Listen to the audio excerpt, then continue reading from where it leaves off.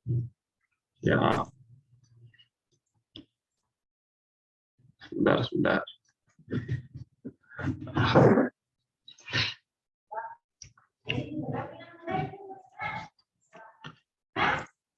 Oke, selamat malam teman-teman. Eh, Assalamualaikum warahmatullahi wabarakatuh. Shalom, Om Swastiastu, Namo Buddhaya, salam sejahtera buat kita semua. Eh, Pada malam hari ini kita akan bahas tentang materi meteorologi tentang kestabilan atmosfer, eh, awan, dan nanti sedikit intro ke bentuk-bentuk presipitasi gitu. Perkenalkan, nama aku Rubens Benola Setiawan, bisa dipanggil aja Kak Rubens gitu. Aku mahasiswa TPB ITB 2021, terus asal domisili di Jogja, tapi sekarang udah kos di Bandung. FYI, aku salah satu-satunya kayaknya tutor les yang backgroundnya dari Olim Geografi, jadi aku prime medali perak, silver medal IGO 2021 kemarin, sama buat OSN-nya dulu tahun 2019 dapat medali perunggu. Buat ID Line sama Instagram-nya udah tertera, kalau misal mau tanya-tanya juga Sabi gitu langsung ke line aja sih kalau tanya-tanya lebih respon. Oke, mungkin itu sekian dari aku. Salam kenal semuanya. Oke, nah jadi langsung aja ya untuk apa namanya uh, apa itu namanya textbook utama yang aku gunain di sini, yang aku pakai di sini tuh adalah meteorologi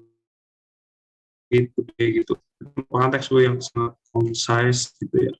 Enak sih buat belajar, terutama buat pengenalan konsep-konsepnya ya. Belum sampai ke terlalu hitung-hitung terlalu banyak itu apa buku ini. Karena buku ini juga dipakai di kuliah aku di FITB, di jurusan meteorologi, sama buat pengenalan waktu masih TPB-nya. Dipakai. Jadi sangat recommended banget buat nanti baca-baca lagi bukunya. Meteorology Today 12 edition by Ahrens and Hanson. Oke, materi pada materi yang awal nih kita akan bahas tentang kestabilan atmosfer. Nah, sebelum membahas kestabilan atmosfer itu kita harus paham terlebih dahulu tentang apa konsep parsel udara. Nah, apa sih sebenarnya konsep parsel udara itu? Nah, jadi konsep parsel udara itu merupakan konsep kunci yang dipakai itu dalam membahas banyak hal tentang di kestabilan atmosfer ini. Jadi sebelum kita bahas lebih lanjut ke apa itu namanya, ke teori-teorinya atau ke jenis-jenis kestabilan atmosfer, kita harus tahu dulu tentang konsep di parsel udara ini. Nah, dari parsel ya, jadi parsel tuh kalau dibayangin bisa sih kayak parcel yang di wrapping pakai plastik gitu. Oh ya, disclaimer sebelumnya, kalau mau tanya langsung interupsi aja atau tanya di chat juga nggak apa-apa. Jadi nggak perlu nunggu sesi tanya jawab dulu. Jadi langsung aja kalau mau nanya. Oke, balik lagi tadi ke parcel ya. Jadi parcel itu kan bentuknya apa itu kayak apa itu namanya parcel Natal atau parcel Lebaran gitu, terus yang di wrapping gitu ya. Ya ini juga sama gitu. Parcel udara ini pengertiannya udara dalam wadah bulat elastis gitu. Diibaratkan udara yang ada di atmosfer yang akan kita kerjakan akan kita bahas banyak nih tentang konsep kestabilan atmosfer, itu udara di dalam sebuah wadah yang dia berbentuk bulat dan elastis gitu. Nah, ada ketentuan-ketentuannya, jadi hipotesis. Jadi sebenarnya hanya untuk konsep aja gitu. Secara nyatanya itu nggak apa namanya nggak bentuknya persis kayak gini, cuma konsepnya itu kayak gini gitu. Konsep secara hipotesis atau secara ya, kalau hipotesis itu kayak di pikiran secara filsafat itu kayak gini gitu. Jadi secara hipotesisnya parsel udara itu adalah udara di dalam wadah yang berbentuk bola. Nah, jadi bentuknya bola ya kayak gini bentuknya. Terus dia gedenya seukuran bola basket gitu. Diibaratin aja seukuran bola basket gitu ya. Bola basket kayak gini ya, dia kira-kira terus gini. Tadi elastis gitu kayak dari plastik bisa. Lalu bisa bergerak naik atau turun berdasarkan temperatur lingkungan sekitarnya. Nah, ini yang kita akan bahas nanti tentang ELR atau Environmental Lapse Rate. Nah, ini yang akan jadi penentu buat si partikel udara ini bakal naik atau turun gitu. Nah, naik atau turunnya si partikel udara tadi itu disebabkan karena si partikel udara ini berproses di atmosfer itu secara adiabatik. Seperti di gambar yang kanan ini kita ada diagram adiabatik ya, garis adiabatik. Nah, sebenarnya apa sih adiabatik tuh? Kalau di proses-proses gas itu kan kita kenal ada beberapa proses ya, seperti isokorik, terus isovolume, volume itu isotermal, sorry, termal, ya isokorik, isotermal, adiabatik. Satunya lagi apa? Aku lupa. Mungkin ada yang ingat. Bentar, aku wait. Apa ya? Kok anjir lupa ya, satu proses lagi itu proses gas coba. Oh iya, isobarik, iya, kanan. Lupa, padahal baru kemarin. Oke, jadi ada isokorik, isotermal, adiabatik, ini taruh sini dulu. Sama ini belum.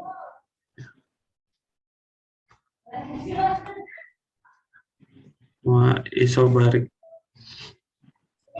Jadi kalau korik itu yang sama volumenya, terus isotermal itu temperaturnya, isobarik itu pressure-nya atau tekanan. Nah, kalau adiabatik ini dihubungkan dengan PV pangkat gamma sama dengan PV P1 V1 pangkat gamma sama dengan P2 V2 pangkat gamma gitu. Yang sama itu gammanya gitu. Ya itu nantilah waktu kuliah lah. Kalau waktu SMA kayaknya nggak terlalu dibahas. Intinya si partikel udara ini naik atau turun tuh dengan si proses adiabatik ini di diagram adiabatik.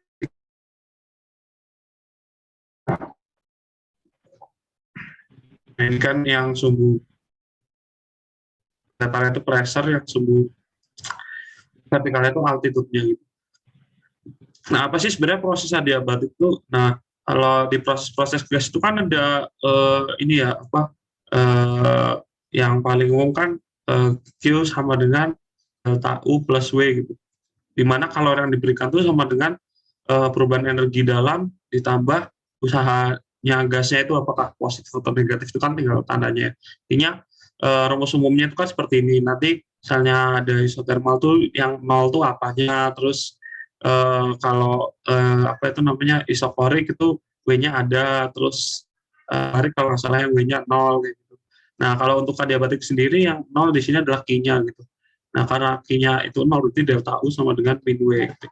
Sehingga kalau min W itu kan usaha yang dikasih ya, usaha kita apa parcel udara itu dapat usaha gitu, bukan melakukan usaha. Jadi usaha yang didapat itu sama dengan perubahan energi dalamnya.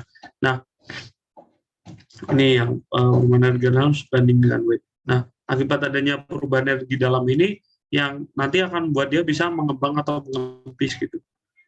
Nah, karena energi dalam sendiri itu kan merepresentasikan apa ya, tumbukan-tumbukan antara partikel gas di dalam wadahnya itu kan.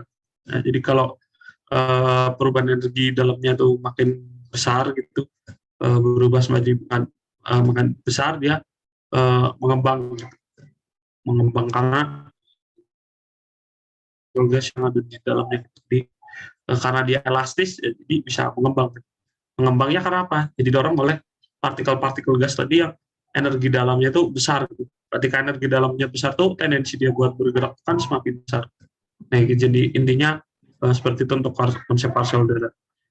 Saran aku jangan terlalu dipusingin dulu sih sebenarnya kalau ini lebih ke buat kuliah gitu. Cuma aku berusaha untuk membangun konsepnya gitu karena ini konsep yang sangat fundamental banget sih buat nanti sebenarnya bukan buat kayak bisa nentuin apa enggak ini atmosfer stabil apa enggak, tapi buat apa ya, ketika kalian belajar tentang kestabilan atmosfer tuh kalian paham dan ada alasan yang jelas gitu, nggak cuma ngawang-ngawang kayak kenapa ya ini bisa naik kok bisa, kalau suhunya naik kok bisa Nah, terus dia naik, terus di atas kok mendingin, terus turun lagi dan sebagainya kayak gitu. Jadi ini konsep yang sangat fundamental banget sih menurut aku. Oke, tapi anyway ini nggak bakalan keluar sih kalau di Horizon Computer Games ya. Ini lebih ke fisika gitu, cuma memang dasarnya tuh ini gitu. Oke, mungkin next. Nah, jadi kestabilan atmosfer sendiri adalah derajat tendensi. Jadi kestabilan atmosfer itu menunjukkan derajat tendensi atau kecenderungan, bahasa lebih gampangnya itu kecenderungan. Kecenderungan buat apa? Kecenderungan pergerakan parsial udara secara vertikal. Nah, seperti di gambar yang kiri atas ini. Nah, ini contohnya ada orang yang apa itu, dua kondisi orang ya, yang megang batu A sama batu B gitu. Nah, batu A ini terletak di cekungan, sementara batu B itu terletak di atas bukit gitu. Nah, ketika batu yang A ini terletak di cekungan, dia akan memperoleh kondisi stable equilibrium. Artinya stable equilibrium itu mau digerakin kemanapun itu dia akan selalu jatuh ke bawah gitu.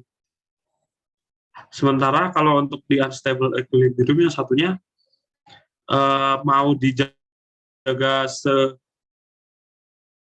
sedemikian apapun itu dia pasti jatuh, entah jatuh ke kanan atau jatuh ke kiri gitu. Nah, jadi perbalikan ya antara yang stable yang sama unstable gitu. Nah, seperti itu kondisi atmosfer yang stable itu mau dinaikin atau diturunin kayak gimana pun dia bakal balik ke ini initial point, ke titik awalnya gitu. Sementara kalau yang unstable equilibrium mau dijaga sebagaimanapun kayak ditahan-tahan sebagai menjauh dari titik initial. Sementara yang stable equilibrium dia akan tetap tetap berada di titik inisial. Kebetulan kayaknya nggak bisa diatur kan.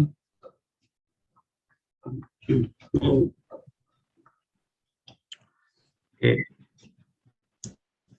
Nah, kestabilan atmosfer ini bakal menentuin yang aku bilang tadi, apakah parsial udara itu akan terus bergerak naik, terus bergerak turun, atau cenderung diam. Nah, diam maksudnya di sini tuh ya tetap di titik inisialnya gitu. Jadi yang diam yang dimaksud di sini tuh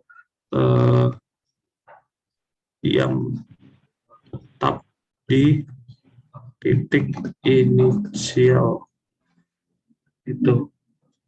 Nah, representasi wujud nyatanya yang di sebelah kanan ini yang aku bilang tadi.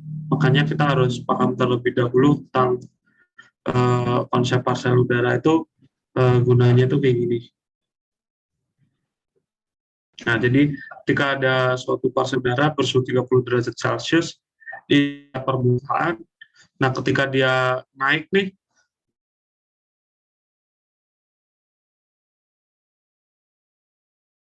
gitu. Di suhunya turun, tapi volumenya pada suatu titik ketika dia udah mendingin, udah hampir sama kayak suhu lingkungannya itu, dia nanti akan jadi berat tuh, jadi berat terus dia terkompres dan menghangat kembali gitu karena memanas dengan rate adiabatiknya. Jadi untuk menstabilkan apa itu namanya, tekanan di dalam parsial udara itu dengan suhu lingkungannya gitu, yang berkaitan dengan energi dalam tadi itu, ketika dinaikin energi dalamnya ini kan saling bergerak lebih cepat gitu ya, mengembang gitu. Nah, tapi pada suatu titik dia energi dalamnya itu habis gitu. Habis akhirnya jadi si parselnya ini mendingin gitu. Jadi energinya tadi udah dipakai buat gedein parselnya, tapi nggak dipakai udah buat naikin temperaturnya, justru temperaturnya itu malah turun gitu. Di seperti itu. Jadi kalau naik expand and cool, terus kalau pada suatu titik udah mencapai titik puncaknya gitu dia bakal turun. Dan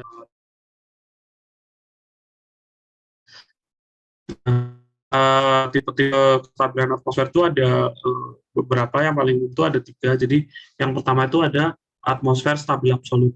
Nah, yang dimaksud atmosfer stabil absolut ini adalah si ELR atau environmental lapse rate-nya ini. Jadi penurunan suhu atau lapse rate di lingkungannya itu lebih kecil daripada adiabatik basah sama adiabatik keringnya. Kalau untuk adiabatik basah sama adiabatik kering itu sendiri mutlak ya hubungannya. Jadi si adiabatik basah itu lebih rendah daripada si adiabatik kering, penurunan suhunya. Karena balik lagi ke awal-awal pembahasan meteorologi, mungkin yang udah kalian pelajari juga, kalau uap air atau ya air, molekul air itu bisa menyimpan kalor lebih banyak gitu, kalor latennya lebih besar gitu, sehingga untuk menurunkan 1 derajat suhunya itu cenderung lebih susah gitu daripada yang kering. Jadi yang kering itu penurunannya dia lebih ekstrim gitu, daripada yang basah. Dan ini hukumnya selalu tetap ya kayak gini terus. Nah, nanti yang berubah-ubah itu adalah posisi si ELR-nya ini. Kalau di atmosfer stabil absolut, dia ELR-nya di kurang dari SAL, kurang dari kedua ini. Terus nanti kalau yang kondisional tuh nanti dia di tengah-tengah. Terus nanti kalau yang tidak stabil itu dia lebih dari keduanya ini. Nah, jadi untuk proses terjadinya sendiri, atmosfer stabil absolut itu terjadi akibat pendinginan di permukaan. Nah, bisa kalian lihat di gambar yang bawah, yang ini ya. Sebenarnya bisa 2 sih, yang di bawah dingin atau yang di atas memanas gitu. Nah, ketika ini terjadi, ini environmental lapse rate-nya atau ELR ini bakal berubah gitu, shifting gitu. Nah, ini karena yang di atas lebih hangat, jadi dia lebih geser ke arah kanan atau menurun gitu. Sementara yang di bawah geser ke arah. Jadi ya, gradiennya geser seperti di gambar ini. Tapi biasanya atmosfer stabil absolut itu disebabkan karena yang di bagian bawah itu mendingin gitu sih. Maksudnya banyak kan kasus-kasusnya itu karena di bagian bawah itu mendingin. Nah, pendinginan di permukaan itu dapat terjadi oleh beberapa faktor. Yang pertama itu pendinginan radiasi pada malam hari. Jadi tahu ya, kalau pendinginan radiasi itu melepaskan radiasi inframerah. Jadi bumi waktu malam hari itu melepaskan radiasi inframerah yang udah diserap banyak waktu siang itu. Nah, karena itu dilepas, akhirnya di permukaan jadi lebih dingin. Serta adveksi dingin, ini adalah massa udara dingin yang dibawa oleh angin gitu. Jadi ada massa udara dingin yang lewat di atas suatu daerah, di atas permukaan tanahnya gitu. Terus kebalikannya adveksi dingin itu adalah udara yang bergerak di atas permukaan dingin. Nah, jadi simpel pendinginan radiasi atau radiational cooling di bumi ini ngelepas radiasi inframerah yang udah didapat waktu siang hari gitu, dilepas. Terus ya, adveksi sama udara yang bergerak tuh gampang aja gitu. Kalau adveksi dingin tuh udaranya itu ada udara dari daerah lain yang bersifat lebih dingin terus datang gitu. Sementara kalau yang yang penyebab nomor 3 tuh udara biasa nih, terus permukaannya itu dingin gitu. Jadi ya mirip adveksi, tapi kalau adveksi itu udaranya dingin, kalau yang nomor 3 tuh permukaannya itu yang dingin, tapi itu sama-sama bergerak. Kalau yang tanpa pergerakan tuh yang nomor 1 tuh yang radiational cooling. Jadi sebenarnya ini istilahnya nggak terdengar susah ya, cuma sebenarnya intinya gampang aja sih gitu. Jadi pendinginan itu ya antara buminya mendingin atau ada udara dingin yang masuk ke situ, atau udara yang bergerak di udara yang masuk ke situ itu biasa gitu, tapi permukaannya itu udah lebih dingin gitu. Oke, mungkin lalu kita beranjak ke grafik-grafiknya ya. Oke, buat yang baru datang, kalau mau tanya langsung tanya aja ya. Jadi nggak usah sungkan aja, langsung diinterupsi aja. Oke. Eh, Oke, ini grafiknya ada dua, yang sebelah kiri itu yang perbandingannya sama DHLR-nya, yang sebelah kanan tuh perbandingannya sama yang noise. Nah, parcel udara yang dibawa sama si helikopter ini, yang sebelah kiri itu yang hangat ya, atau panas gitu, yang sebelah kanan tuh yang dingin. Nah, bisa dilihat perbedaannya di sini ketika berangsur dengan ketinggian gitu, yang environmental lapse rate-nya atau LR-nya itu 4 derajat Celcius per 1000 meter, sementara DLR-nya 10. Yang sebelah kanan juga sama LR-nya, terus yang moist-nya 6. Nah, buat yang parcel udara yang hangat nih bisa dilihat kalau si parcel udaranya itu berapapun ketinggiannya itu, kalau di permukaannya pasti sama ya, semuanya sama, itu starting point-nya itu sama gitu. Nanti yang beda kan rate-nya dia waktu naik gitu. Jadi yang beda tuh ketika waktu naik, kalau yang waktu di permukaan ya nggak usah dihiraukan gitu, karena ya starting point-nya, initial point-nya sama di sini gitu. Initial. Oke. Jadi yang hangat nih di ketinggian 0 dia 30 sama, terus jadi 20, tapi yang LR-nya masih 26, terus yang LR-nya ada 22, dia yang hangat nih udah rendah banget jadi 10, terus jadi 0 gitu. Nah, atmosfer stabil absolut ini dikatakan stabil itu karena si parcel udaranya ini akan mempunyai tendensi buat turun ke bawah gitu. Begitu juga dengan yang dingin, dia akan punya tendensi untuk turun ke bawah. Mengapa? Nah, karena penyebabnya suhunya dia itu mau naik setinggi apapun ya, di troposfer ya, intinya mungkin jangan terus sampai stratosfer gitu. Ini kita bahasannya di troposfer ya. Sorry, mungkin tadi aku lupa kasih outline bahasannya gitu. Ini bahasannya kita di troposfer. Jadi kalau buat di troposfer, ya mau setinggi apapun dinaikin gitu, si parcel udara ini entah yang hangat atau yang dingin, dia akan suhunya itu suhu suhu parselnya itu selalu lebih rendah dari suhu lingkungan. Nah, akibatnya apa? Akibatnya dia bakal punya massa jenis yang lebih besar dong, karena suhunya lebih rendah. Nah, karena suhunya lebih rendah, punya massa jenis lebih besar, suhunya lebih rendah, massa jenis parcel dari massa jenis udara, akhirnya dia tendensi balik ke inisial, ke titik inisial. Jadi artinya dia akan selalu turun gitu. Atau sebenarnya tepatnya itu balik ke titik inisial, titik awal gitu. Entah titik, kalau dalam kasus ini ya titik awalnya di permukaan, jadi dia turun gitu. Tapi pada kasus-kasus yang lain itu titik inisialnya itu mungkin nggak di permukaan gitu. Jadi mungkin aja dia udah di atas ketinggian berapa terus diturunin gitu. Nah, mau diturunin seturun apapun sampai ke permukaan, dia tetap bakal lepas lagi dan balik lagi ke titik awalnya dia gitu. Karena ya emang dia kalau di kasus ini dia selalu lebih rendah gitu suhunya. Begitupun juga di kasus yang lain, kalau misalnya titik inisialnya mungkin di tengah, diturunin dia selalu lebih panas gitu. Ada dia naik lagi. Tapi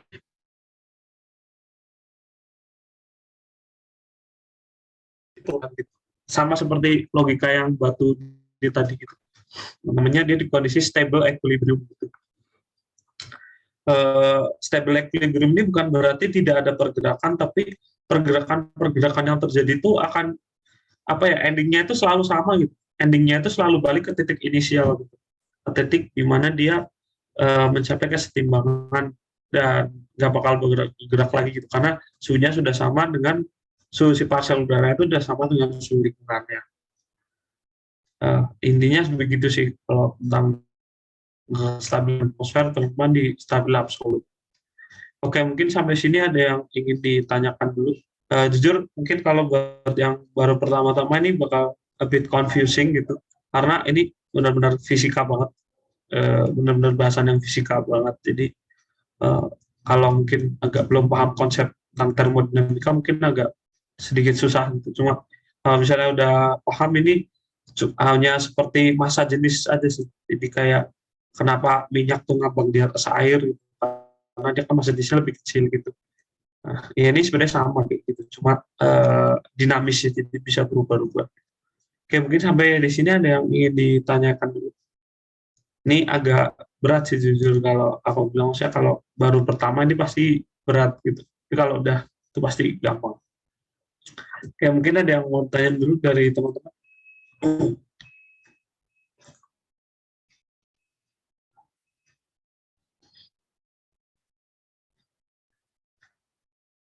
Gimana? Ada yang mau ditanyain? Oke, mungkin kalau nggak ada, aku lanjut ya. Oke, aku lanjut ke atmosfer tidak stabil kondisional. Nah, kalau tadi ELR-nya itu di kurang ya, bisa kurang dari kedua SALR sama DHLR nih. Nah, kalau ini yang atmosfer tidak stabil kondisional nih, ELR-nya itu sorry, berada di tengah-tengah gitu. Jadi dia di tengah-tengah antara SALR sama DALR. Nah, karena si ELR-nya ada di tengah-tengah ini, efeknya terhadap kedua pasel udara itu akan berbeda gitu. Antara yang kering, ya, yang kering atau hangat nih sama yang basah. Sorry, tadi aku nyebutinnya ini ya pasel udara. Yang, sorry, ini kering, ini basah. Iya, sorry. Nah, jadi ini yang merah nih yang kering, sini yang basah. Oke. Apa kalau yang nah di sini R-nya 7. Terus diabatic rate-nya 10. Benar ya? Berarti R-nya dia lebih kecil daripada adiabatiknya. Oke, benar. Untuk parsial udara kering dinaikkan dengan adiabatic rate itu dia tetap masih stabil ya, masih stabil.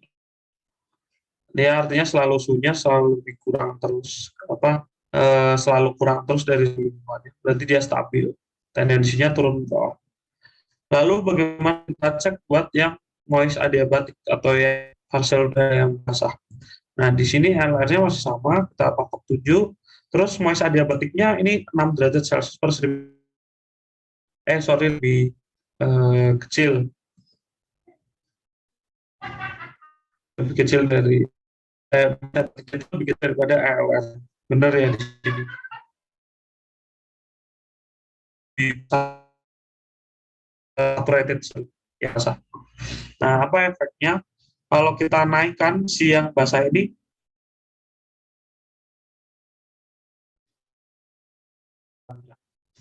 akibatnya apa? Dia tendensi buat naik. Artinya dia berada di dalam kondisi yang tidak stabil.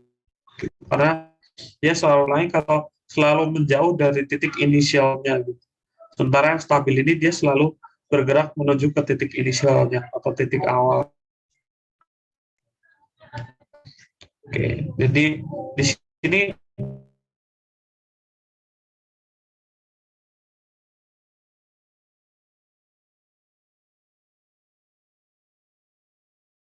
biasanya nggak stabil.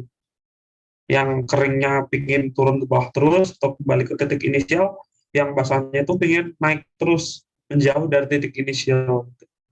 Akhirnya kondisi seperti ini yang dinamakan sebagai atmosfer tidak stabil kondisional. Nah, ada kata-kata kondisional yang maksudnya apa sih sebenarnya maksudnya kondisional? Nah, kondisional. Ya, jadi artinya kondisional gitu. Mau yang kering atau yang basah gitu. Yang kering, ini, dar, nggak kelihatan ya.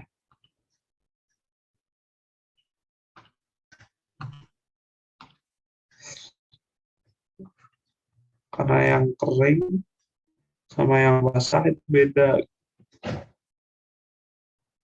Yang kering itu dia stabil, sementara yang basah itu dia tidak stabil.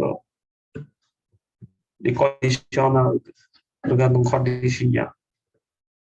Makanya di atmosfer tidak stabil kondisional. Proses terjadinya gimana kan? Proses terjadinya dia akibat pemanasan permukaan. Jadi kalau tadi permukaannya dingin ya, di bawah permukaan itu dingin kalau pas waktu stabil. Nah, atmosfer tidak stabil kondisional ini masih proses transisi gitu kepada atmosfer tidak stabil yang beneran yang habis ini kita bahas gitu.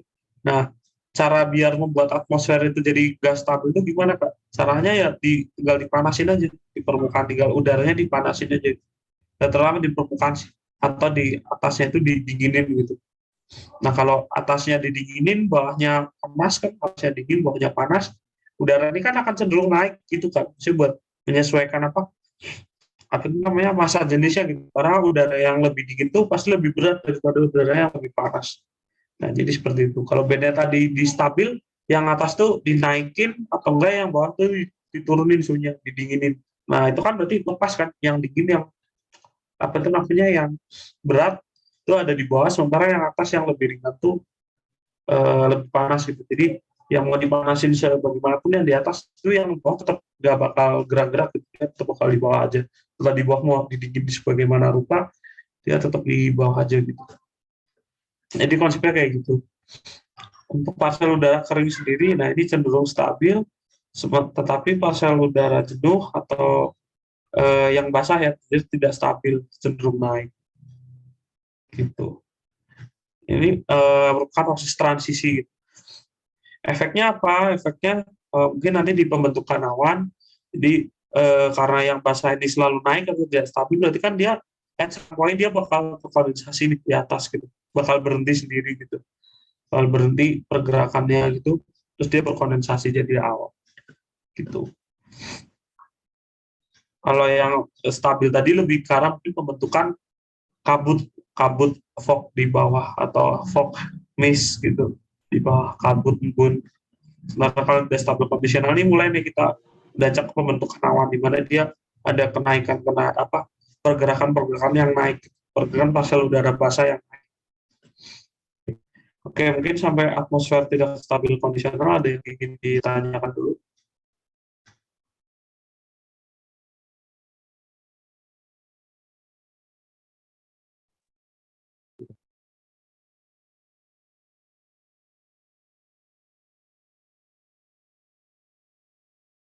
Oke, kalau nggak ada mungkin aku lanjut ya.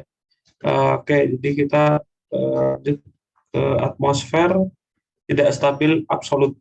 Nah, atmosfer tidak stabil absolut ini lebih gampang nih bahasannya karena si LR-nya itu dia lebih kecil, lebih besar sorry, lebih besar daripada SLR sama DLR-nya, daripada yang basah sama yang kering. Proses terjadinya yang aku bilang tadi akibat pemanasan intensif di permukaan. Nah, ya tinggal kebalikannya sih sama yang dingin tadi, adveksi hangat kan juga ada udara yang hangat di bawah gitu, udara yang hangat di bawah, terus ada juga udara yang bergerak di atas permukaan yang hangat, jadi udara yang biasa gerak di atas permukaan yang hangat, sama adveksi hangat tadi. Jadi udara hangat di bawah atau udara biasa dibawa ke tempat yang hangat. Logikanya kayak gitu.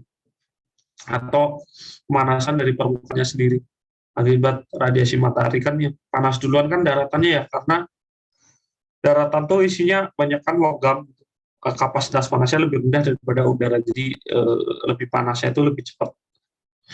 Nah, oke.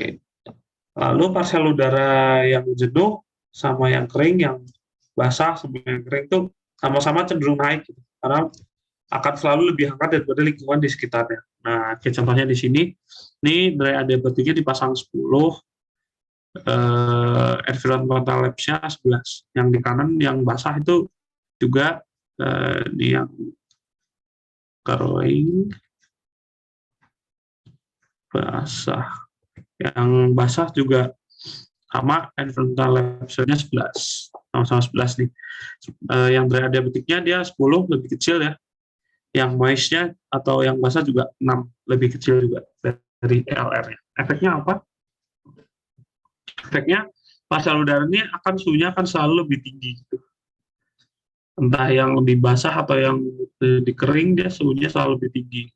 Karena si suhunya sendiri selalu lebih tinggi, maka dia akan selalu naik gitu. nggak selalu naik karena masa jenis parcel dia lebih kecil daripada masa jenis lingkungan, sehingga tendensi naik atau menjauh ya, menjauh dari inisial.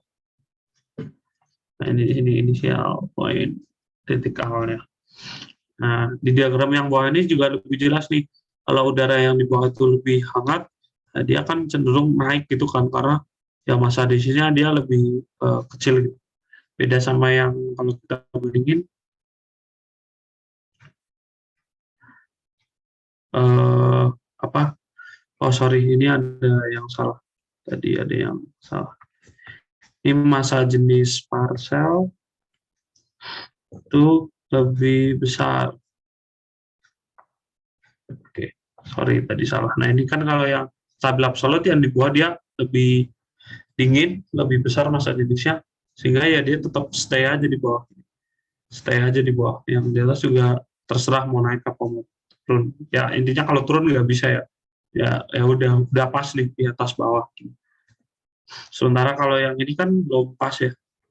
Yang atas itu dia lebih dingin, dia cenderung buat turun, sementara yang di bawah itu dia cenderung buat naik pas lebih panas gitu. Oke. Oke, itu kalau buat di atmosfer tidak stabil absolut, mungkin ada yang mau ditanyakan dulu.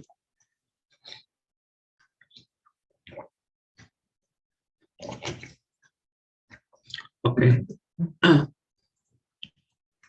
Kalau misalnya mau tanya langsung tanya aja sih, nggak apa-apa.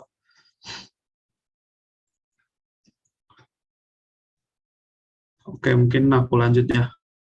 Nah, efek-efek dari kondisi-kondisi atmosfer tersebut tuh salah satunya yang paling merugikan itu adalah terperangkapnya polusi gitu. Nah, jadi polusi udara itu dapat terperangkap. Kenapa sih kadang di beberapa hari waktu apa itu namanya beberapa hari tertentu kayak di Jakarta atau Bandung atau Surabaya itu ada kayak apa haze polusi gitu atau kabut polusi yang kayak lebih intensif daripada biasanya gitu. Nah, yang kejadian seperti itu bisa terjadi itu paling sering itu akibat inversi subsiden gitu. Kenapa sih sebenarnya inversi subsiden itu? Jadi inversi subsiden itu adalah penyebab terjebaknya polutan yang ada di permukaan. Contohnya kayak CO2, terus ozon itu kalau di permukaan tuh beracun ya, dia sifatnya toksik. Terus ya NOx sama SOx gitu. Oke, jadi inversi subsiden ini sering terjadi di kota besar berpolusi dan bertopografi seperti cekungan. Contohnya yang paling sering ketara itu ada Jakarta, Bandung, sama Mexico City. Karena dia berbentuknya cekungan. Nah, cekungan itu kan dia kayak lembah gitu ya. Jadi lembah itu kan hampir sama kayak lautan ya kalau di sistem angin darat, angin darat dan laut sama angin gunung dan angin lembah, anabatik sama katabatik gitu.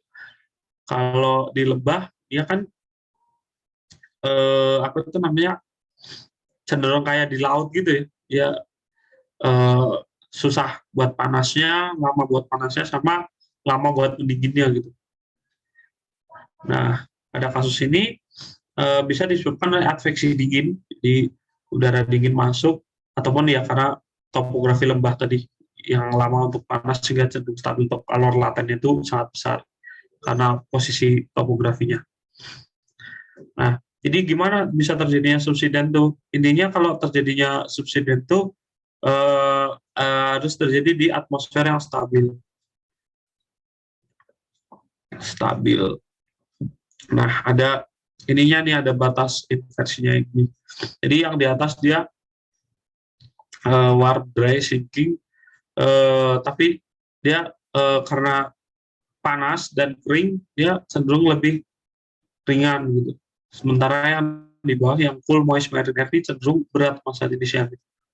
Nah, akhirnya dia di bawah nih, yang cool, moist, marine air nih. Nah, tapi ketika di tambahin polusi, nah polusinya itu ikut terperangkap juga gitu. Polusinya itu nggak bisa bareng-bareng naik gitu, karena ya udara di sekitar polusinya ini di bawah apa itu namanya, di bawah garis atasnya ini, base-nya ini, itu dia kondisinya itu stabil gitu.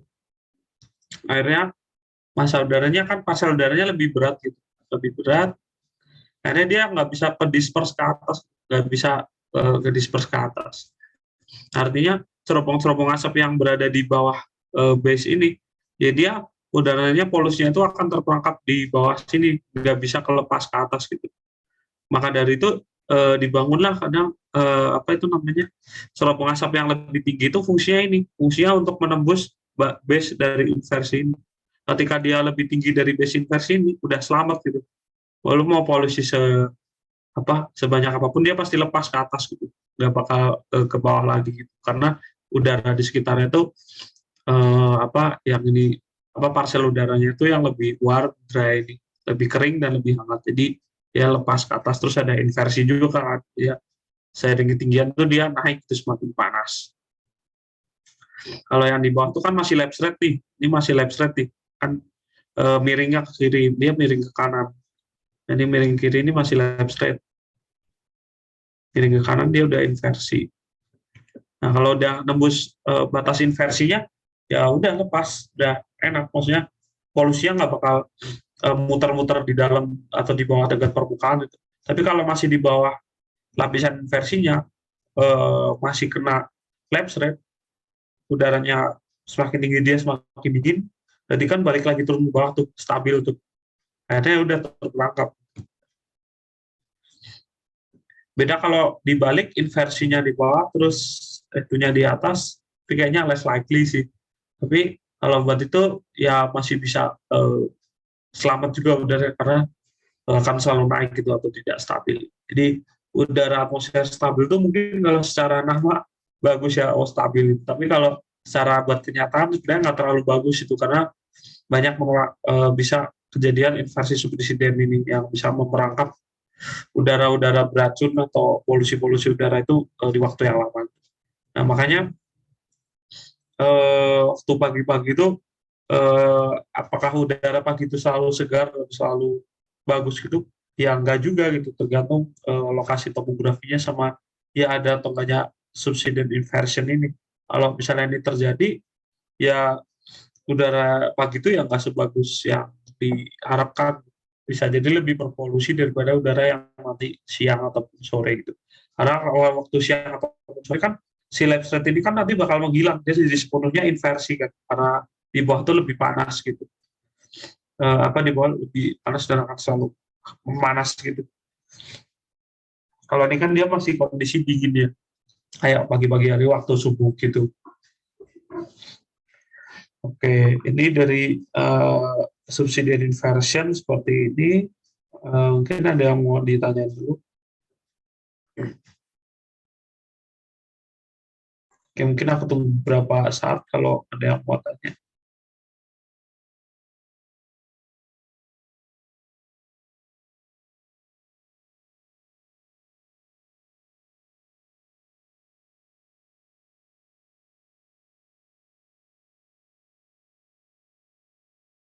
Iya, nggak apa-apa, langsung aja tanya.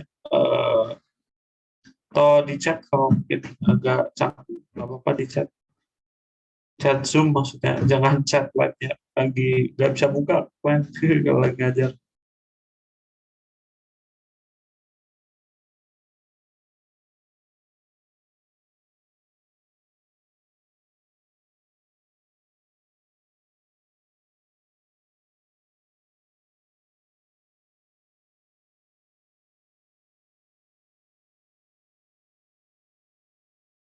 Oke, kalau belum ada mungkin aku lanjut ya.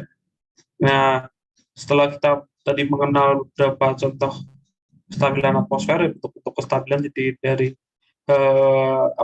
bagaimana main idenya itu ada stable equilibrium sama unstable equilibrium. Terus kita beranjak ke atmosfer stabil absolut, di mana kedua parsial antara dingin sama kering sama basah dia tetap cenderung ke bawah, tetap turun. Terus yang tidak stabil kondisional, yang kering dia stabil, sementara yang basah dia tidak stabil. Terus selanjutnya tidak stabil, di mana kedua-duanya naik. Nah, dari ketiga konsep yang kita punya ini, kita dapat lebih lanjut kita menentukan dan pembentukan awan itu. Nah, jadi pembentukan awan tuh ada berbagai macam ya. Ada berbagai macamnya di sini. Yang pertama itu adalah yang paling umum itu adalah konveksi. Jadi gampang ya, ini seperti arus konveksi yang di bawah dia dipanasin jadi gas stabil, lebih panas dari udara sekitarnya, dia naik dan lalu dia at some point dia mendingin gitu. Wait. Di ada parcel naik at some point mengembang udah gede banget, terus dia mendingin lagi, mendingin, panas, panas, naik, mendingin, panas, naik, terus mendingin, terus turun lagi, dan repeat gitu lah.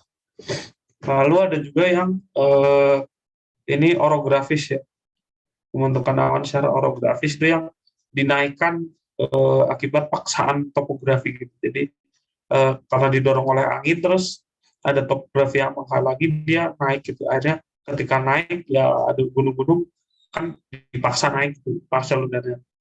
Akhirnya dia mendingin sendiri gitu mau nggak mau. Lalu ada juga yang mirip dengan konveksi, itu adalah konvergensi. Nah, jadi kalau konveksi tadi ini akibat disebabkan panas ya, ada panas gitu yang naik, menyebabkan molekul udara atau partikel udara itu naik gitu. Sementara kalau konvergensi ini pertemuan massa udara gitu. Jadi ada massa udara yang saling bertabrakan, dan massa A terus massa B. Nanti saling bertabrakan di sini. Setelah bertabrakan dia mau kemana nih? Apa ke bawah? Kan nggak bisa, ada tanah. Akhirnya dia naik deh, naik gitu. Menyebabkan ini ada low pressure ya, pusat tekanan rendah, low pressure gitu. Jadi kayak di siklon kayak gitu tuh termasuk konvergensi, pembentukan awan dan hujan nantinya secara konvergensi. Karena ada low pressure atau pusat tekanan rendah menyebabkan massa-massa udara itu pada ketarik ke situ semua tuh, ketarik ke situ ke dalam. Nah, jadi ibaratnya kalau low pressure di sini pada ketarik kayak gini kan siklonik gitu kan. Siklonik dia ketarik terus naik deh, naik ke jadi awan gitu. Nah, ini juga sama, jadi ketemu terus naik jadi awan. Lalu ada juga weather front ya, kemarin udah dibahas tentang massa udara gitu, tentang front juga. Nah, ini adalah pengangkatan yang disebabkan oleh pertemuan massa udara gitu. Yang mungkin aku nggak terlalu bahas di sini karena udah dibahas sebelumnya di tutor yang kemarin gitu. Dan yang pasti lebih jelas juga. Aku akan menjelaskan ini secara umum aja tentang pembentukan awan. Nah, jadi memang secara umum awan itu terbentuk pada atmosfer yang kondisi yang tidak stabil. Gitu. Lalu batas atas awan itu merupakan atmosfer stabil, sehingga tidak ada lagi pergerakan naik. Jadi kalau gambar yang awan seperti ini, nah yang dari bawah sampai sini nih, ya tidak stabil. Nah, sementara yang atasnya ini dia stabil. Gitu. Nah, ini juga sama, stabil. Yang bawahnya ini dia nggak stabil nih, karena dia akan selalu ada tendensi naik kan. Nah, jadi awan tuh juga pertumbuhannya tuh terbatas gitu. At some point dia ada kawasan region yang stabil, dia udah nggak bisa naik lagi. Lalu ini ada salah satu rumus yang berguna adalah menentukan lifting condensation level. Nah, LCL, lifting condensation level. Apa sih LCL itu? LCL itu singkatnya adalah batas bawah awan dari permukaan. Nah, jadi kita bisa memperkirakan nih, ada rumusnya. Jadi kalau kita punya awan gitu, misalnya di sini, terus ini ada permukaannya.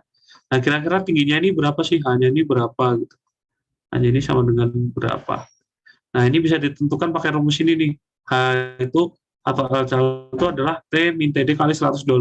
Ini adalah rumus generalisasi gitu sih sebenarnya. Aslinya itu penurunannya panjang gitu. Tapi ini di generalisasi aja. Jadi T itu adalah temperatur temperatur di ground ya gitu atau di tanah dikurangin dew point, terus dikali 125. Jadi semakin besar selisih antara temperatur dan dew point-nya, itu jarak antara permukaan dan awan tuh akan semakin jauh gitu. Ketika si margin antara temperatur sama dew point-nya ini semakin dekat gitu, ini ketinggian awan itu akan semakin rendah gitu. Dia akan semakin dekat dengan kita yang di permukaan. Nah, jadi makanya kalau kayak kabut gitu kan, itu ketika kondisi atmosfer atau udara yang di permukaan itu, dia temperaturnya itu udah sama dengan temperatur atau dew point-nya atau titik kemudian gitu, temperatur titik kemudian. Makanya dia marginnya kan 0, akhirnya ya awannya di mana? Ya 0 meter gitu dari permukaan. Jadi ya di permukaan awannya gitu. Di kabut itu kan sebenarnya bentuk awan juga ya gitu. Kondensasi ya, salah satu bentuk kondensasi. Gitu. Nah, ini diagram lebih lanjutnya tentang pembentukan awan. Nah, jadi pembentukan awan itu terbagi jadi dua gini nih. Jadi ada grafik yang dew point, terus ada dry adiabatik sama moist adiabatik. Nah, jadi pada awalnya awan terbentuk itu kan ada partial udara yang naik nih. Nah, tapi si partial udara itu masih bersifat kering atau belum jenuh. Kering di sini tuh dalam artian yang aku bahas tadi itu partial udara itu udah punya uap air, tapi uap air itu belum cukup buat mengkondensasi gitu. Entah dalam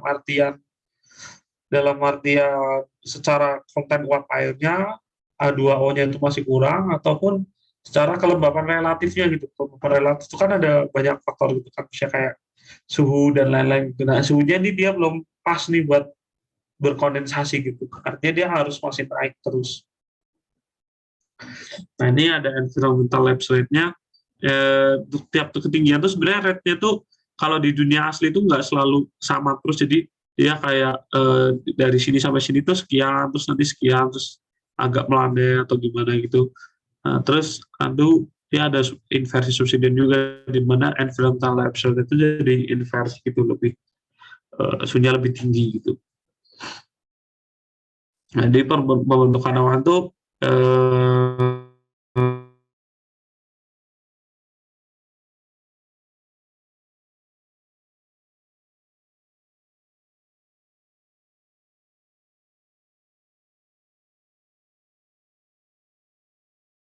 habis ini tuh naik adiabatik kering,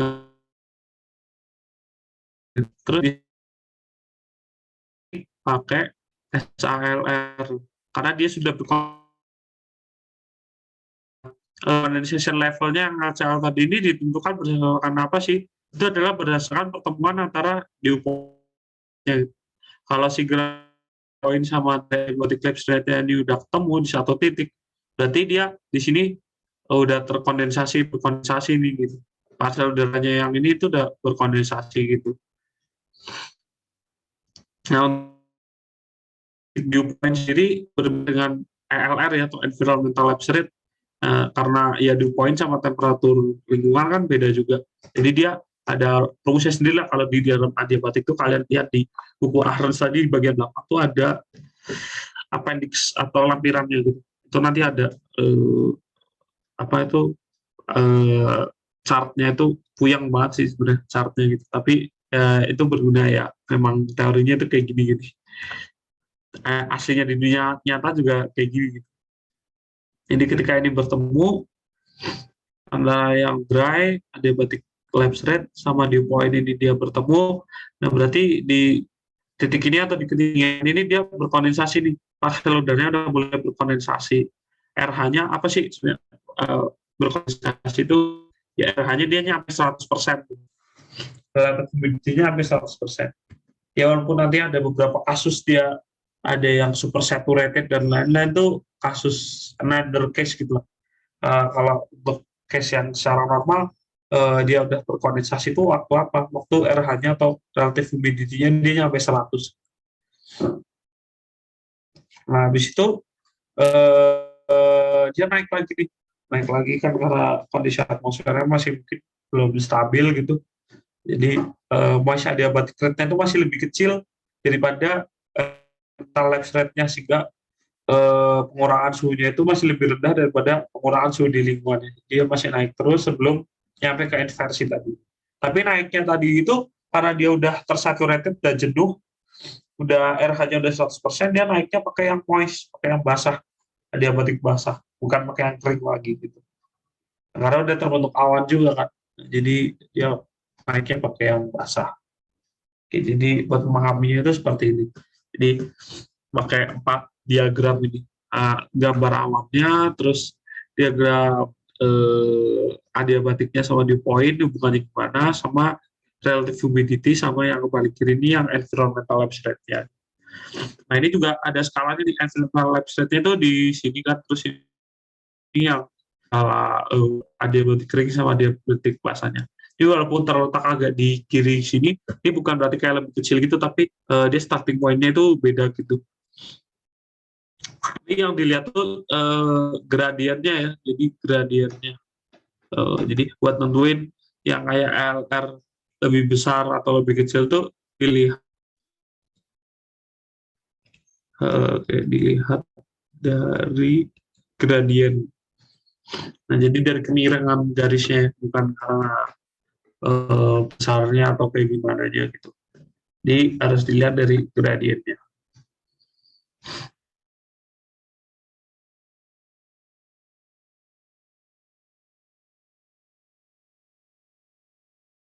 Jadi tinjau ada suatu sistem font ya, di sini namanya sistem font itu. Ini ada yang windward, terus ada yang leeward. Di leeward tuh windward dulu tuh adalah yang menghadap lereng gunung, yang menghadap ke arah anginnya gitu, angin bertiupnya gitu. Jadi angin bertiup dari sini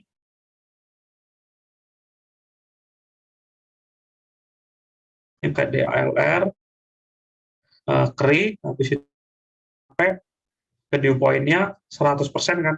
Terus dia naik sampai sini tuh pakai SALR.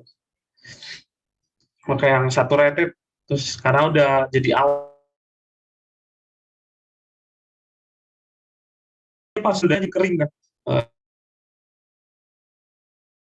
Kenapa dia kering ya? Karena hujannya udah dihabisin di sini nih, buat biar menumbuhkan vegetasinya ini. Berarti kan dia lebih basah yang di sisi windward. Nah, akhirnya dia udah basah, maksudnya setelah udah jadi kering, berarti dia turunnya pakai apa? Berarti turunnya dia pakai segi luasnya itu pakai DALR atau yang dry, adiabatik kering. Gitu. Dia turunnya pakai kering, berarti jadi kondisi yang di ketinggian yang sama, yang di sisi windward itu lebih panas gitu daripada yang di sisi windward. Jadi temperatur di luar tuh akan lebih tinggi dari temperatur di windwardnya itu. Makanya jadi lebih panas dan lebih kering gitu. Kalau lebih keringnya jelas ya, karena gitu di windwardnya masuk akal, misalnya masih gampang di logika gitu. Tapi kalau lebih panas itu mungkin orang akan jadi bingung nih, kalau bisa lebih panas ya. Ya karena dia setinggi gunungnya itu dia turunnya pakai dry adiabatik gitu. Sementara kalau waktu naik tadi kan ada yang pakai dry, ada yang pakai saturated gitu. Nah, jadi perbedaannya seperti itu. Kenapa ada bisa muncul sistem font. Oke, nah lalu ini ada pembentukan awan strato. Nah, jadi si awan strato ini terbentuknya seperti ini. Nah, jadi dia banyakkan terbentuk awan strato tuh di kondisi atmosfer yang stabil gitu, terutama yang stabil di atasnya gitu. Jadi kalau yang di bawah itu mix ya, dia tercampur sempurna gitu. Jadi banyak arus-arus konveksi yang gimana. Nah, ada arus-arus konveksi kayak gini. Buat apa ya? Mungkin juga dew point lapse rate ini memang kayak gini deh. Lapse rate-nya terus jadi awan di sini, habis ketemu terus nanti pisah lagi gitu. Kan berarti di sebelah kiri kan yang viewpoint lapse rate-nya ini lebih stabil. Sementara yang di bawah itu masih sama-sama di sebelah dia lebih stabil. Lebih gradiennya yang di lingkungan dia lebih dingin, terus yang naik di poinnya itu lebih kecil gitu. Jadi dia akan selalu naik. Sementara ini dia gradiennya lebih besar daripada yang lingkungan. Jadi dingin terus ya udah berhenti mandek gitu. Ini yang before mixing sama yang after mixing. Jadi penyebabnya awan strato ini seperti ini. Jadi, termasuk awan yang menandakan cuaca baik gitu ya, nggak terlalu buruk banget. Mungkin di bawahnya ini, di bawah awan stratonya ini banyak kayak turbulen, tapi ketika di atasnya ini udah tenang, atmosfernya udah stable gitu. Nah ini untuk jenis-jenis awan mungkin nanti bisa dipelajari lagi ya, karena ini gampang ya, hanya jadi secara umum tuh awan tuh ada dibagi jadi 4 gitu, bagi jadi 4. Itu ada awan tinggi, menengah, sama awan rendah. Terus ada juga awan yang pertumbuhannya secara vertikal, cumulonimbus ya. Jadi cumulonimbus itu yang vertikal. Kalau yang awan rendah itu biasanya namanya itu depannya itu strato gini, yang depannya itu stratocumulus, stratus, nimbus stratus. Sementara kalau yang awan tengah itu bahasa latinnya tengah itu kan middle tuh alto ya, jadi yang altoan gitu. Sama yang tinggi itu yang cirrocumulus, altocumulus, altostratus, masing-masing nanti bisa dipelajari. Untuk lebih lengkapnya, kalau mau itu bisa ngecek di awan yang dikeluarin sama diterbitin baru tahun ini sama aku papasin kali ya.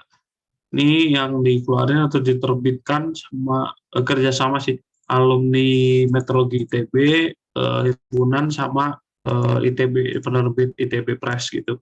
Jadi penampakan apa itu namanya? Kalau aku lihatin ya, atlas awan tuh seperti ini. Jadi isinya tuh galeri-galeri tentang awan gitu. Ini sampulnya, terus ini kata pengantar dan sebagainya. Nah ini kata pengantar, terus oke. Nah ini galeri-galeri tentang foto-fotonya gitu. Nah jadi isinya kalian bisa lihat mulai dari yang paling tinggi ya, dari Sirius sampai yang paling rendah, terus yang vertikal cumulus sama cumulonimbus. Kebetulan kemarin aku juga kontributor juga foto yang mana ya? Nah ini yang cumulus calvus. Jadi aku ikut kontribusi juga buat kirim foto waktu itu, foto awan. Mungkin kalau ada yang jilid 2 sih, ini baru jilid 1 kan, baru pertama, nanti katanya ada mau jilid 2 lagi. Nanti kalau dibuka mungkin aku share linknya, mungkin buat kalian yang sering foto-foto awan tuh bisa banget di submission. Aku juga itu fotonya kayaknya pakai HP. Aku agak lupa ini pakai HP atau pakai kamera. Tapi aku edit dikit sih di secara warna ya, di Lightroom gitu. Aku edit lagi. Nah ini sekalian buat beramal juga, karena ini buku akan dibagikan yang versi cetaknya ya. Versi cetaknya itu ada dibagiin buat ke panti-panti yatim sama sekolah-sekolah SD, SMP di seluruh Indonesia gitu, yang di pedalaman-pedalaman juga. Ini sekalian buat amal juga, karena bakal dicetak bukunya yang cetak itu, terus nanti dibagiin ke sekolah-sekolah buat koleksi perpustakaan. Nah, jadi sambil refreshing juga sih sebenarnya, lihat gambar-gambar di atlas awan tuh kayak fascinating gitu, kayak ya intinya nggak perlu fotografi yang kayak expert banget gitu sih buat ngepotret awan itu. Yang penting tuh kayak perspektifnya tuh kelihatan dan kayak ya bisa dinikmati aja gitu. Mau dari sudah kan nggak aslinya nih kayak foto-foto biasa yang kayak di atas rumah apa gini nih, foto-foto biasa aja gitu. Tapi dan editingnya, secara editing kalau menurutku nggak terlalu, ya ada sih satu dua kayak yang udah edit warna itu, tapi kebanyakan tuh juga masih foto raw gitu atau pentahan dari HP itu. Tapi juga buktinya tuh bagus aja gitu, karena ya emang keilmuan meteorologi itu sangat asik guys, bagus belajar tentang awan, menarik sih maksudnya.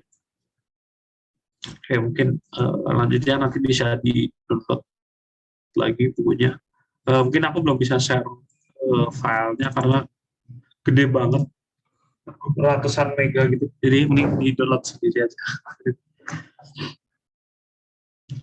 Oke, nah itu tadi jenis-jenis awan yang umum. Lalu ada jenis awan yang khusus nih. Nah, yang khusus itu contohnya ada dua, nacreous sama noctilucent. Nah, kalau nacreous itu di stratosfer, noctilucent itu di mesosfer. Bedanya warnanya dia, nacreous itu kemerah-merahan, kalau noctilucent itu biasanya gradasi gini dari merah, kuning, putih, terus kebiruan.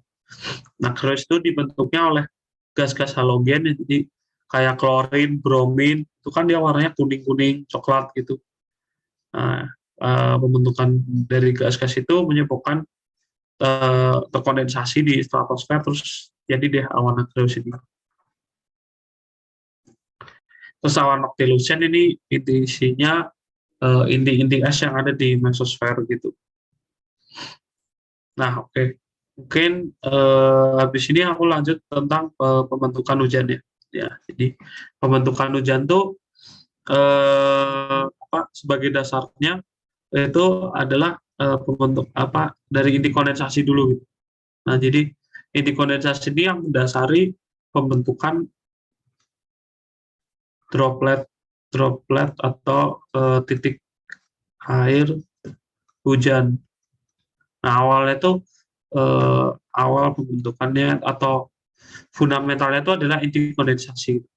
Nah, untuk ukurannya inti kondensasi ini seperti ini perbandingannya, jadi sekitar 0,2 mikron, terus typical cloud droplet atau titik air yang ada di awan itu sekitar 20 mikron. Terus kalau typical raindrop atau air hujan itu 2000 mikron. Nah, jadi bisa dibandingin segede gitu. Nah, jadi apa sih sebenarnya fungsinya inti kondensasi? Nah, inti kondensasi itu fungsinya sama seperti permukaan botol plastik yang diisi air dingin gitu. Ini kan di dalamnya itu ada air dingin. Nah, kalian pernah mikir nggak sih kenapa botol plastik yang diisi air dingin itu di luarnya itu pasti ada airnya juga gitu. Apakah itu memang kebocoran dari air yang di dalam botol gitu, di luar ada air juga, apakah itu bocor atau gimana? Jawabannya bukan ya teman-teman. Jadi jawabannya bukan karena air yang di dalam itu bocor, tapi karena si suhu botolnya yang diisi air dingin jadi dingin, nah akhirnya dia nyampe atau bahkan mungkin di bawah titik embun. Jadi temperatur botol tuh di bawah, mungkin di bawah atau sama titik dew point-nya. Nah, karena di bawah kurang dari atau sama dengan, berarti kan dia ada kondensasi kan. Nah, ada kondensasi atau pengembunan. Nah, terus airnya itu dari mana? Ya, airnya yang ada di permukaan botol yang di luar ini ya berasal dari uap air yang ada di udara gitu. Jadi uap air yang ada di udara gitu, uh, akhirnya dia ngembun gitu, ngembun di sini.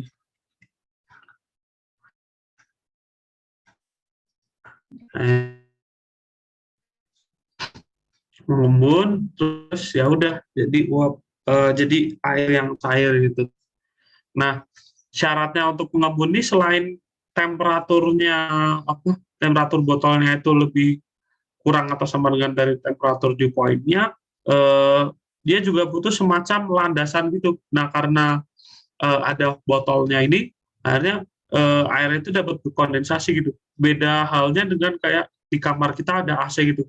Mau kita set AC-nya ke 18 gitu, kita kan juga nggak bisa ngelihat uap airnya di udara gitu, kayak terus di tangan kita maksudnya kayak out of nowhere di udara tahu-tahu ada droplet air, itu kan nggak bisa kan.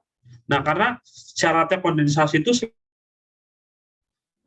temperaturnya itu sama dengan atau lebih rendah dari temperatur dew point-nya, dia harus punya landasan juga.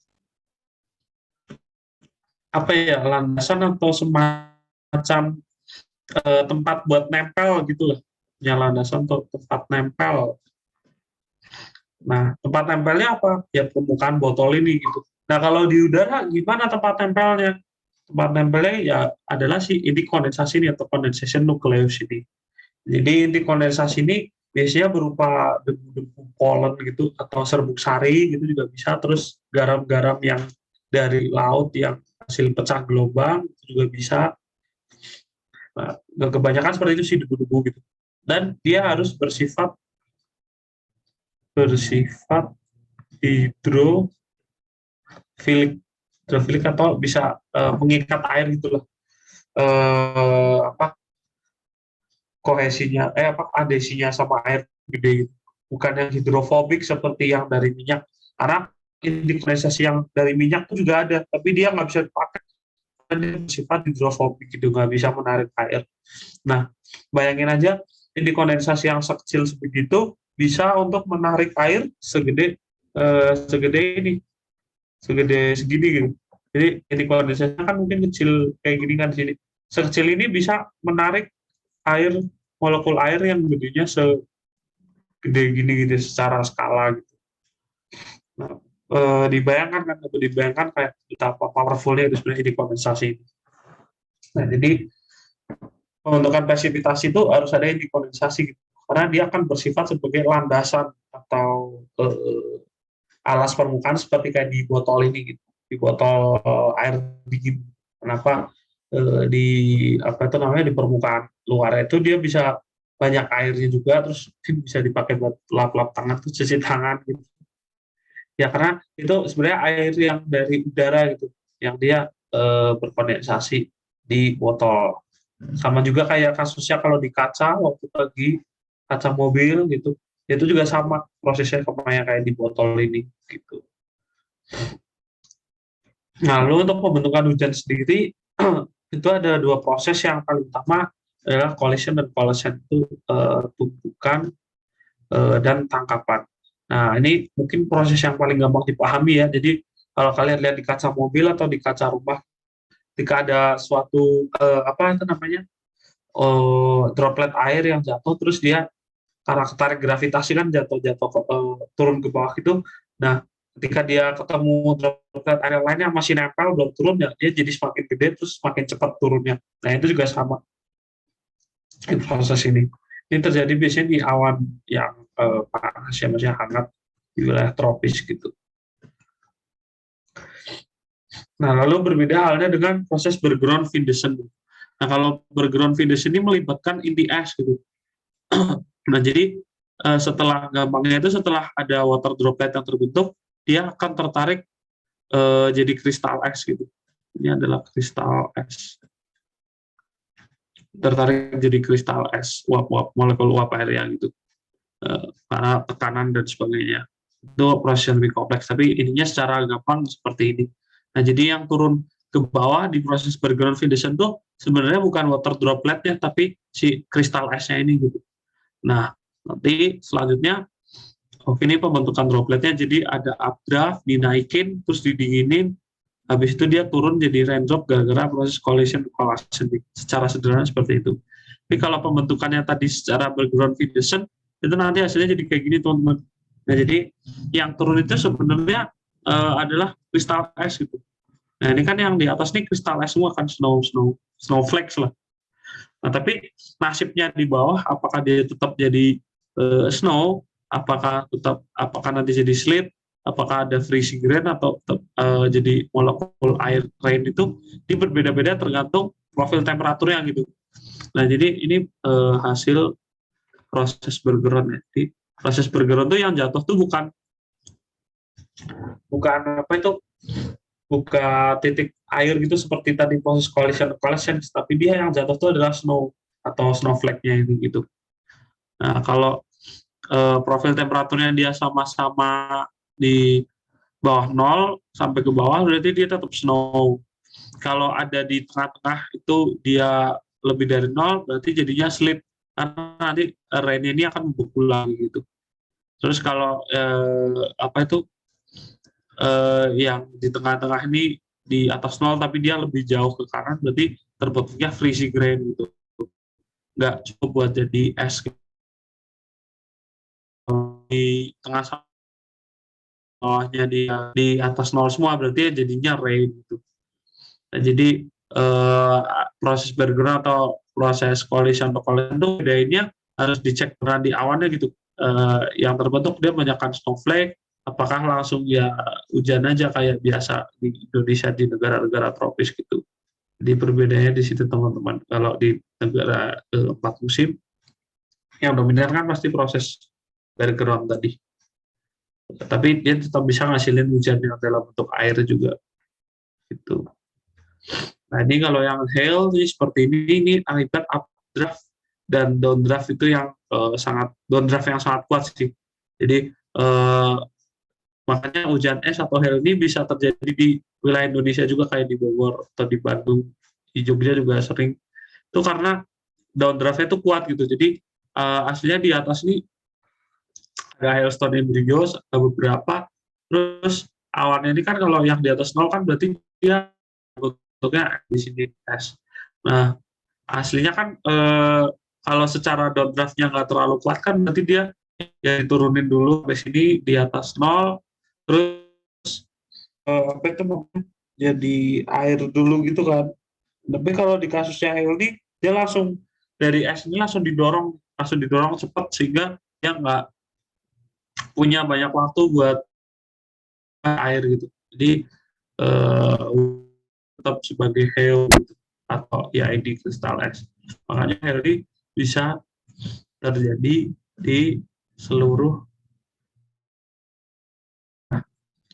karena dia penyebabnya bukan karena profil temperatur sebagai karena downdraft kuat dari awan.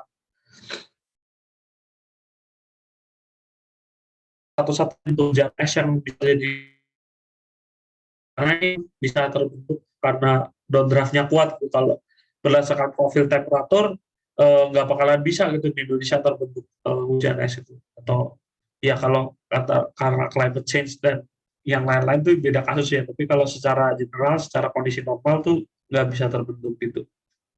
Nah ini secara recapnya tadi berarti kita udah belajar 4 subbab ini, lumayan panjang juga, tapi intinya tersampaikan semuanya. Oke, dari aku cukup sekian sih sebenarnya sampai sini. Terima kasih atas perhatian teman-teman. Semoga bermanfaat dan kalau masih ada pertanyaan masih aku buka sampai sekarang. Jadi bagi yang mau bertanya silakan untuk ditanyakan.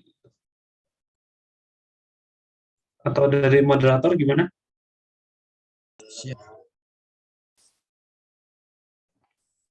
Oke, makasih ya, Bang Ruben. Teman-teman semua kalau mau nanya silakan boleh ya langsung ke tutornya. Boleh langsung raise hand atau di kolom chat. Buat teman-teman semua jangan lupa juga untuk ngisi feedback ya di itu berapa pesertanya?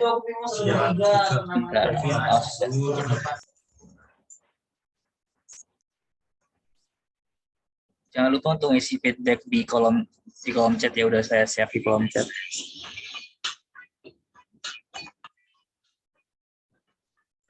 Oke, mungkin ada yang mau ditanya teman-teman.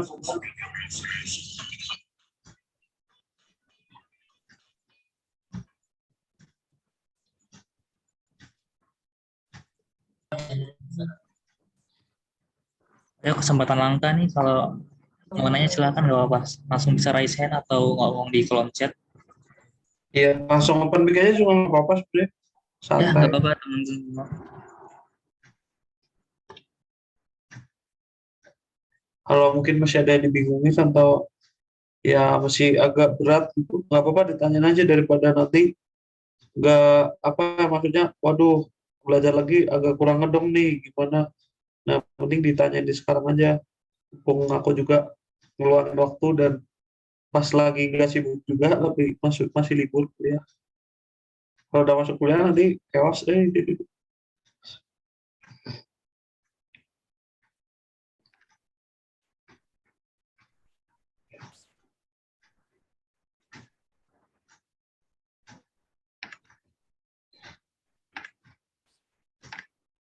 Masih pada malu-malu kayaknya, Bang, anak-anaknya. Oh ya udah, Nah, itu semua. ya udah deh. Mungkin kalau belum ada yang mau tanya, mungkin aku akhiri aja. Cukup sekian. Terima kasih atas perhatiannya. Wassalamualaikum warahmatullahi wabarakatuh. Shalom dan selamat malam. Nanti kalau Terima mau kasih, tanya Pak. lebih lanjut bisa hubungin di ini ya, di line atau di Instagram. Oke, terima kasih teman-teman. Sukses selalu. Aku izin live ya. Iya, Mas Ruby, silakan. Terima kasih banyak ya, Mas. Teman-teman semua, terima kasih banyak ya.